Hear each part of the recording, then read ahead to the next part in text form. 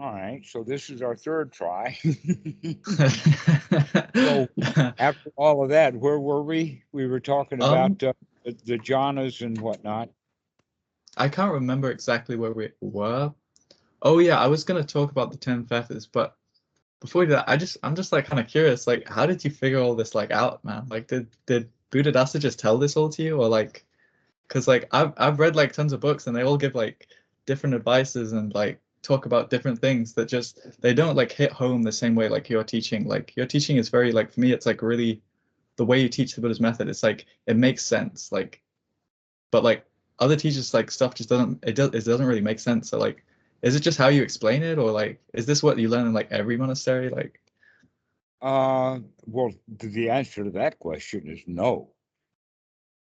But I did have two good teachers, and in fact, more than one. I've learned from lot of people, but I would say that it was Bhikkhu Buddhadasa and his influence on others like Achan Po that actually allowed me to be in an environment to where I was basically not allowed to be unnoble.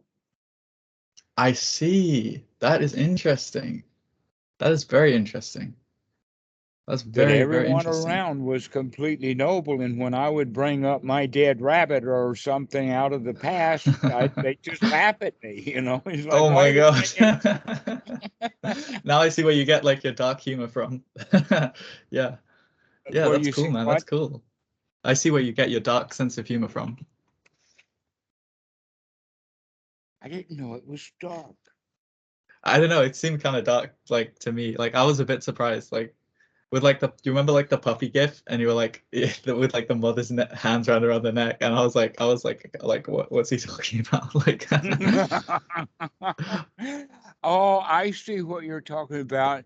No, the idea is to give big, clear examples so that the student really understands what we're talking about, because the concept that we use is outlandish and overboard. mm, mm. Okay. An example would be teaching Paticca Samuppada and talking about contact is like that we've seen a tree and we crawl up into the tree, and that tree then is our understanding of stuff. And the way that that tree impacts us is when we fall out of it and we crash land. That's pasa. That's contact. When we fall out, bang. Okay, so that's an example. Okay. Okay. Okay, so it's a strong um, uh, way of looking at it. A lot of people think of pasa or contact as kind of rubbing by or scraping by or touching like on a crowded street. But no, it's much more like touching something on a crowded high speed freeway where every um, uh, bumper nick is a big deal. We Yeah. got to stop and talk about it and look at the Yeah. damage. So that's what we've Yeah. got to do. We can't just brush by with this dukkha. We got to stop and pay attention to the damage that just happened. Swap some Ah. names and look at what's going on. So that's why we use examples that are very big and very clear, is to give the students the understanding that things are very clear if you see them directly. Mm. But it's Mm. very hard because we often get some desire, we get some value out of the hindrance. The hindrances were there because we ignorantly thought that they had some value or Yes. gratification. Yes. So Yeah, the like Buddha with the talks anger thing, it's so obvious, right? You feels good, kind of good, like in a weird way. It's like, yeah, like we think it's like a good thing. We think it's good to like be afraid of not knowing because that will help us know. We don't realize like that ignorance is like that it doesn't matter that we don't know. hmm And so if we can recognize that the damage that we do with these hindrances, then we can throw them out. One of the the teachings of the Buddha. This is actually in several suttas, longer suttas in the Majjhima Nikaya, but in the even in the Anguttara and the the Samyutta Nikaya, is the story of this another kind of triple gem, and that is that we get gratification. We get gratification from what we do. One of the gratifications of doing this same repetitive habit is that I don't have to look at what I'm doing. I don't have to take the effort. I can just do it automatically.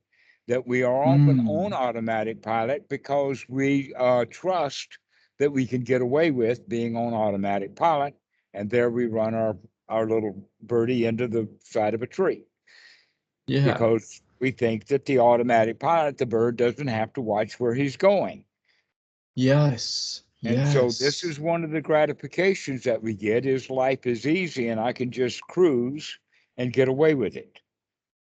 The fact is that we can't get away with it. We keep running into things if we're not looking at where we're going. And what are we most likely are running into is the hindrances in our mind.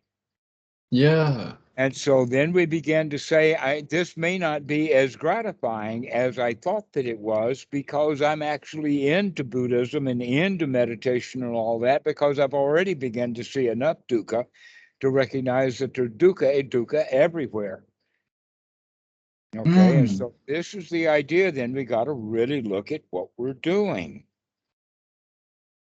And that's like the energy. That's like the energy part, right? That's like you have to have the energy to like pay attention. You can't just like feel good and then stop paying attention because then like an hour later, like you're back in the hindrances and you're like, oh, now I have to start all again from the beginning again to like gladden my mind. Right. The secret to high-speed motorcycle racing is that you keep paying attention and keep paying attention and you keep looking down the road as far as you can see. Otherwise, you're going to crash. Yes. You're going to crash if you don't watch where you're going when you're running. And here we are running and racing around our high-speed lives, crashing left, right, and center because we're not paying attention to where we're going, what we're doing. Yes. And it's easy to stop paying attention. It's easy. We take great gratification as, oh, well, so far so good. I don't have to watch. I can get away with not watching where I'm going. And then that was me last week, man. Like I was like I had like this like big like awakening opening thing and I was like, oh, this must be like stream entry because it was like the biggest one that I've had. But anyway, it wasn't stream entry, but like I thought it was, and so I was just like being lazy. And I was like, oh, I don't have to do work anymore. And then next thing you know, like 3 days later, all this dukkha back. I'm like, oh no, I lost it, and like getting all butthurt, like because like I had made like this spiritual ego out of like this attainment when really it's just an experience. Like, yeah, exactly. that's this is oh the my whole God. quality. We have to keep watching what we're doing because the danger is if we're not watching what we're doing, we're going to screw up again. That things are too complicated to just let things go on automatic pilot. That's why they don't use, not until Tesla does it, but takeoff and landings require a great deal of attention that they can't be done with automatic pilot. So every time that we take off and every time we land, we have to do that very consciously. Cruising is okay to let cruising happen on automatic pilot, but as soon as something happens, we got to pay attention. Otherwise, we're going to crash. So this is now the practice of the Eightfold Noble Path, going in this point that we get a great deal of gratification by going on to automatic pilot and letting things cruise because it's easy. The problem with it is that we don't see the dangers in that. Here's an example. Homer Simpson loves donuts. Oh, does he love donuts? Anytime that there's donuts in the break room, he goes and eats all the donuts. He goes to the pastry shop and he buys donuts. And then he goes to the doctor, and the doctor says, you've got diabetes, you've got high blood pressure, you've got chronic obesity. If you don't stop eating those donuts, they're going to kill you. Now, the question is, is Homer Simpson going to listen to the doctor or not? If he listens to the doctor, now he understands the doctor is saying danger in donuts. You might have had a great deal of gratification by eating donuts, but donuts are dangerous for you now. And so he begins to plot his escape. One of the escapes is don't go to the donut shop. Don't go to the break room. Don't go shopping and buy donuts and bring them home, because if we bring them home, now we don't have the willpower to resist them. Okay. And Yeah. so if Yeah. donuts are dangerous, we can stop the donuts. This is the whole practice. And when we recognize these mental hindrances are actually just donuts that we love to eat and making us sick. I mean, little kids are that way all the time. They talk about getting hypertense. Why? The teacher on a good day will have a birthday party or something, and there's cake all over the place, and every kid is on a sugar high, and they're just jumping all over the place. Yeah. Yeah. Right? And so that's what sugar highs do to us. They're dangerous. And yet we got a great deal of satisfaction out of eating all of that candy or all of that Yeah. cake. Yeah. So now that we recognize that the cake has dangers built into it, we can start to either moderate it or eliminate it. And this is the way that we're going to be doing with our mind, is that we either moderate it or eliminate it. Now, what happens is when people say, all right, I'm going to eliminate it, and then it comes back, then they get frustrated again. That's a very common thing. Almost all of the good students worry because they thought if they threw that hindrance out, booted him out hard enough and give him a great big butt job, just kick the hell out of him, he won't come Yeah. back. And Yeah. here it Like if they comes kick him right back far enough again. out, but of Yeah, course, that's yeah, it's like a right. So I'm boomerang. going to kick him even harder next time. Yeah. No, all you have to do is just nudge him out, but he's going to come back. Just nudge him out again. Yeah. We Like you just also like have keep the nudging him, idea that just like. we're going to uproot that hindrance. No, what Mm. we can only do is to nudge him out when it comes. An example of that is a weed that's growing out of the crack in the pavement that belongs to the city, a sidewalk or something.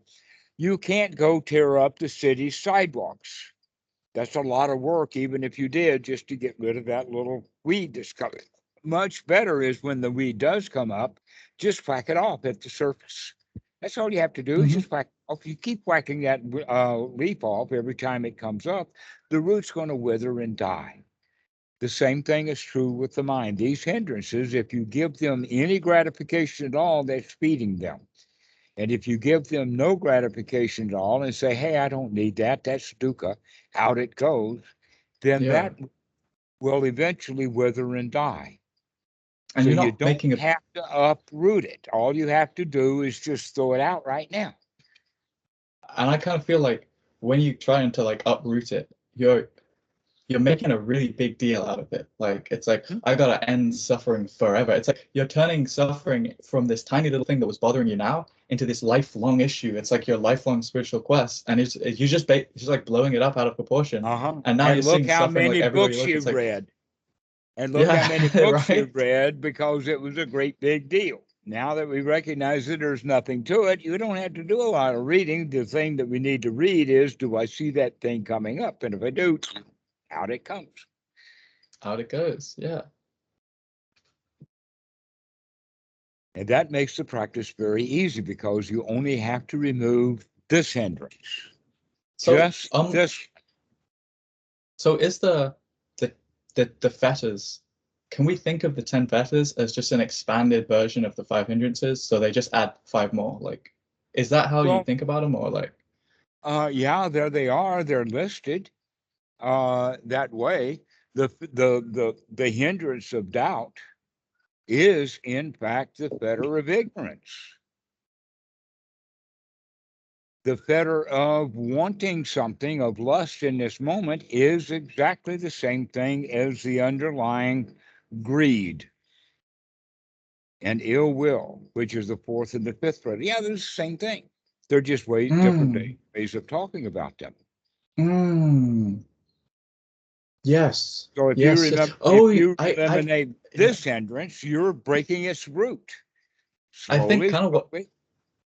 what I do like in my mind a lot is like I reify like the lists. So I'll say the 5 hindrances, I'll be like, anytime I have a negative thought, I'm like, oh, which hindrance is this? Like, not that it matters because I know how to like get out of it. Like I don't need to know which hindrance it is, but I'll like, which hindrance is it or which fetter is it? Which Like I'll kind of hindrance it make a is, big deal out of labeling it. it like that is very Mahāassapurasutta. Yeah. That's very Yeah. much the Mahāassapurasutta method. And all we really need to know is this is a hindrance from me feeling as good as I would feel if I would stop doing that. Mm, Recognizing mm, that the hindrances are like that. Here's one more thing that I'll tell you about, and that is that in Sutta number 39, there are 5 metaphors or 5 similes for the hindrances. And guess what? These 5 similes do not correspond one on one with the hindrances, but they do give an indication to how interrelated the hindrances are. So the first story is the story of being sick in the hospital. And you feel bad. Felt bad. You went to the hospital, but when you get out of the hospital, you want out. You're really happy to get out of the hospital. You feel freedom. No one wants to stay in the hospital even when they're sick. But when you don't feel so sick, and in fact, the story is that the doctor comes by and he checks you out and says, "Yeah, it's okay for you to go home. Let's do all the paperwork, and we'll come back." And now you're sitting there on your hospital bed, got your clothes on, waiting to leave the hospital, and you can't because they haven't done the paperwork yet. They haven't gotten your bill mm, yet, and you can't mm. leave yet, and you really want to get out of this hospital. Yeah. All right. And so Yeah. when you do get out of the hospital, oh, what a relief I am out of this hospital. Okay. So that's the first example that when we are sick, we're sick. When we get well, we feel a whole lot better. The second analogy is the analogy of being in prison. When we are in prison, we want out. We know when the due date is. We know that we've either got a life sentence or we're never getting out, or we got 5 years, or we got 2 years, or whatever like that. And we're planning on getting out. The number one thing for all prisoners is getting out of prison. Exactly. Exactly. Then, when you get out of prison, oh, what a relief it is to be out of prison. So these analogies are beginning to point out that the reason that we want to be free from the hindrances is what a relief it is to have them out of the mind. So the next one is the servant of the king. This guy has to get up in the morning before the king gets up so that he could dress the king and get the king fed. And now he's got to follow the king around all day long, taking care of the king. And then at the end of the day, he has to put the king to bed first before he can go to bed. And this is his day, day Mm, in, day out. Well, guess what? We have that kind of life ourselves. What is, who are you or what are you a servant to? Your desires. They're the king. And you got to go around mm. filling all of those desires. You're the servant of your own desires. And when you allow those desires to go to sleep, now you can rest. Wow, that's a really good one. That's a really good point. Yeah. Okay. I'm kind of like just like a slave to my every impulse. Mm-hmm. Well, not every impulse, because the I'm more of a slave to like the desires, like wanting to be wealthy and stuff, because that's like trying to make money every day. It's like that's like a socially sanctioned impulse, if you will. Okay. Yeah. So the fourth one is being in debt. You've got a mortgage. Every month you got to pay the mortgage, or you're on into the loan shark and you keep having to hide from the loan shark because every time the loan shark sees you, he wants money. All Mm, right. And then imagine that you are out of debt. Either the loan shark himself died, or maybe you moved to another country, or that you paid the debt. And to now you're debt free. You don't owe anybody anything. What a relief it is that, in fact, when people pay off their mortgage, they have a celebration. Wow, what a relief it is to have that debt paid. And now I don't owe anybody anything. That in fact, if you owe anything, if you've got credit cards or any of that kind of stuff, it's a burden. And we Yeah. have to do it. So we are actually indebted to our desires. We have to go pay whatever our desires say that we want. Oh my God. That's a crazy way to think about it. Because I feel like now that you said it and phrased it like that, I'm thinking of it like less like it's like my desire and it's like a desire. It's like I'm like the servant of it. And it's like what? But that's like, I guess that's part of the counterintuitive, like strange, loopy trickiness of the whole thing. It's like my desire, but I'm like a slave to it. It's like, it's crazy. All right. Now, the last one on the list is the item that is referred to is that you are on a long journey. In the sutta, it talks about one who has a camel load of goods. You're the merchant, and you're traveling through the desert, which is hot, dry, and dangerous.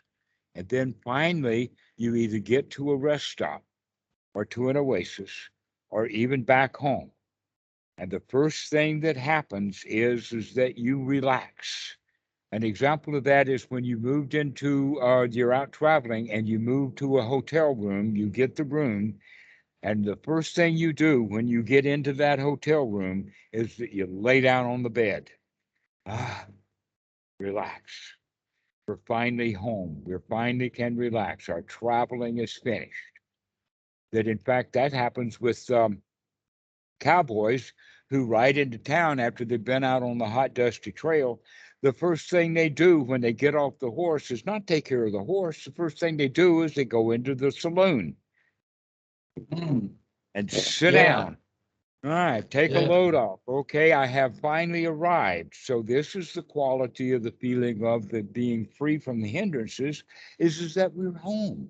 We've relaxed. We don't have the burden. We can set down our burdens. In fact, the setting down of the burden is the same thing as getting out of the prison, getting out of the hospital, or getting out of debt. Freedom has the taste everywhere. Just like every sea, no matter which river flows into the ocean, all the ocean tastes the same. It's all salty. Well, freedom from the hindrances is that way too. It doesn't matter which freedom or which hindrance you're fed into. The taste of the freedom from that hindrance is always the same. Freedom. I'm free of it. Yeah. Okay. So that's what we need to start paying attention to is, aha, I see you, and now I'm free from you. Aha, I don't have to think about that. That's the relief that we feel when we recognize that we have just finished that hindrance, that we have arrived home, that we've gotten out of the hospital, that we've just been released from jail, that we've just gotten out of debt. Having that kind of feeling is what we expect to have for the first jhana, is that feeling of relief.